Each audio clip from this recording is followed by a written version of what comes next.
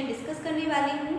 ये topic paper 2 commerce के unit 1 business environment and international business का है। सो फर्स्टली जान लेते हैं ईपीआरजी ओरिएंटेशन होता क्या है।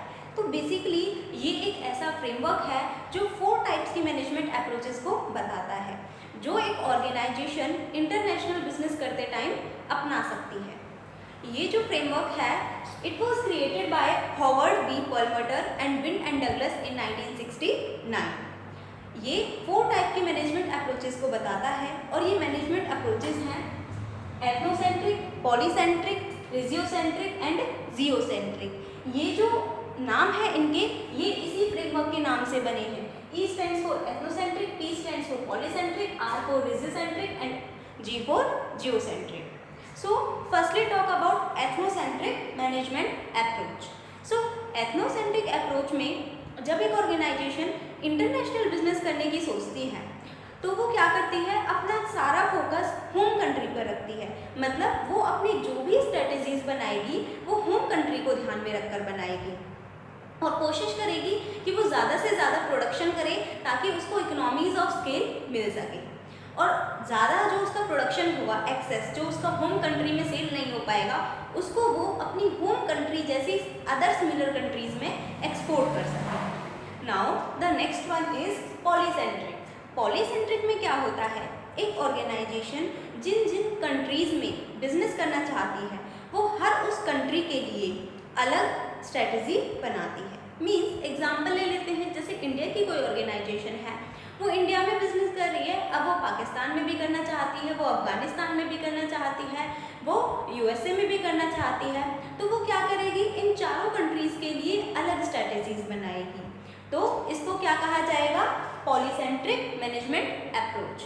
Now the next one is regiocentric. Regiocentric में क्या होता है कि एक ऑर्गेनाइजेशन जिस कंट्री में बिजनेस करती है और उसके अलावा वो जिन अदर कंट्रीज़ में बिजनेस करना चाहती है उन कंट्रीज़ को क्या करेगी, कुछ सिमिलर कैरेक्टरिस्टिक्स के बेस पर ग्रुप्स में कन्वर्ट कर देती है। जैसे एक एग्जांपल ले लेते हैं कि जैसे इंडिया की कोई कंपनी है वो क्या करती है, इंडिया में बिजनेस कर रही है, वो अफगानिस्तान में भी करना चाहती है, यूएस में भी करना चाहती है और यूके में भी करना चाहती है।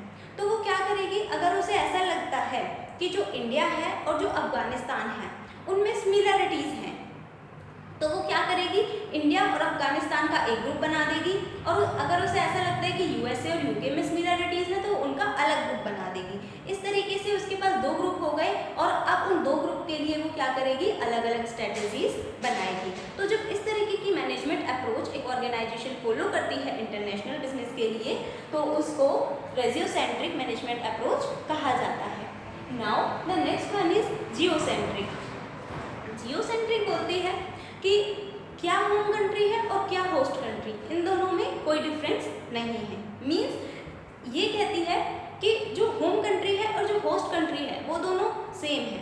मतलब जैसे कि इंडिया है और वो अदर 4 कंट्रीज़ में, इंडिया की कोई ऑर्गेनाइजेशन 4 अदर कंट्रीज़ में बिजनेस करना चाहती है तो टोटल क्या कितनी हो गई, 5 कंट्रीज़ हो गई।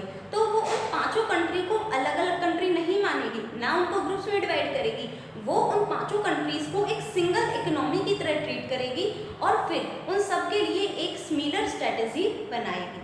So this was geocentric management approach. So this was all about EPRG orientation. I hope ये आपके लिए हेल्पफुल होगी।